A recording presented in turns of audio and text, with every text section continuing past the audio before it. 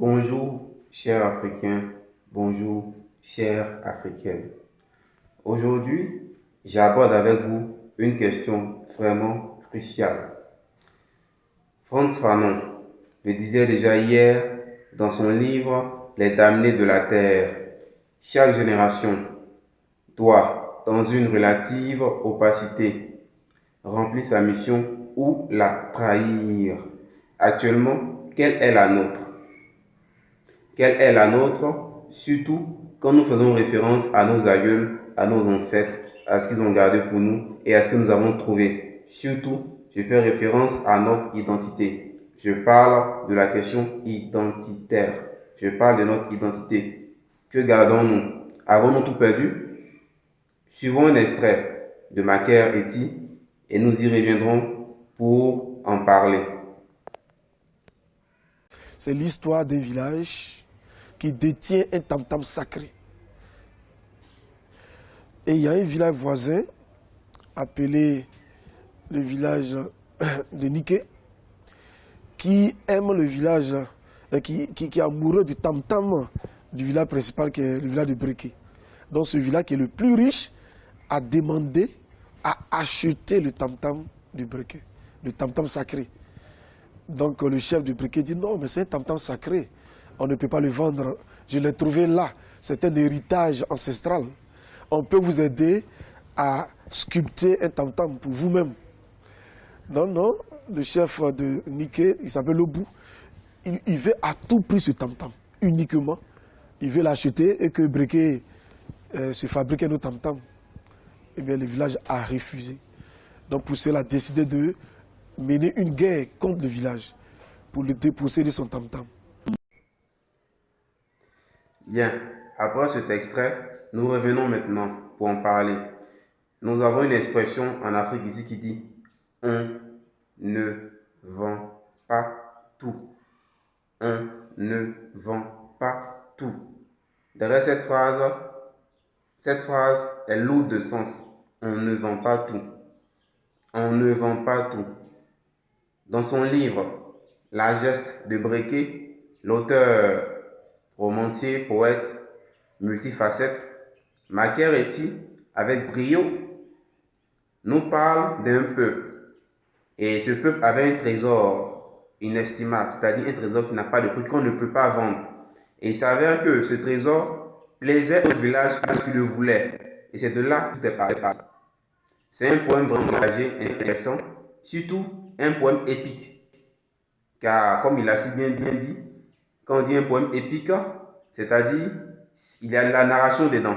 C'est une suite d'événements, soit on glorifie quelqu'un ou quelque chose de merveilleux se passe. Donc, nous sommes dans le cas du poème narratif ici.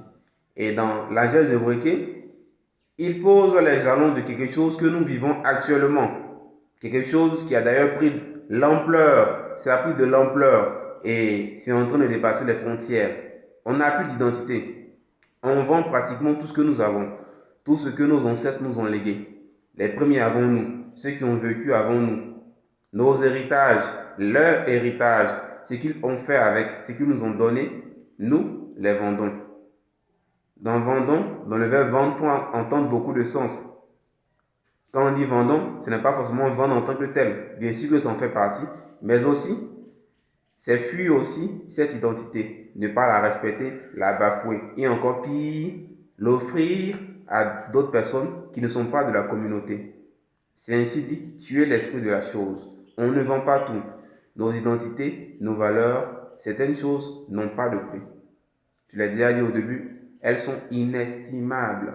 Et c'est de ce fait, dans le livre, dans son poème, dans son recueil de poèmes, c'est là que tout va aller plus si vite, car pour acquérir ce bien, tout ira si vite et beaucoup de choses, d'événements vont avoir lieu. Mais en même temps, c'est une manière d'interpeller aussi